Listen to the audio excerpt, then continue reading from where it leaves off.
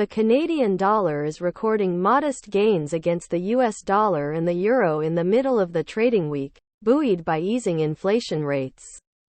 The loonie is also benefiting from higher energy prices, a critical component for the currency's boom and broader economic growth. It has been a rough few months for the Canadian dollar, but can it climb in the second half of 2021? According to Statistics Canada, the annual inflation rose at an annualized rate of 3.1% in June, falling short of the median estimate of 3.2%. This is also down from 3.6% in May. On a month-over-month basis, the Consumer Price Index, CPI, jumped 0.3%, slightly below the market forecast of 0.4%. The core inflation rate, which excludes the volatile food and energy sectors, jumped to 2.7%.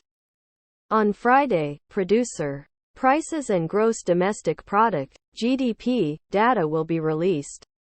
Even with inflation easing, economists are concerned that higher inflation could linger for years in both Canada and the US.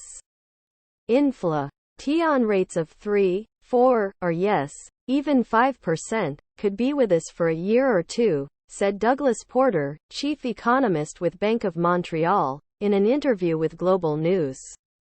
Energy commodities are edging higher midweek. September West Texas Intermediate, WTI, crude oil futures rose 31 cents, or 0.45%, to $71.96 per barrel on the New York Mercantile Exchange. September natural gas futures tacked on 2 cents, or 0.5%, to $3.962 per million British thermal units, BTU. The Canadian bond market is booming on Wednesday, with the benchmark 10-year yield up 0.015% to 1.185%. The 1-year bill rose 0.005%, while the 30-year bond increased 0.009% to 1.753%.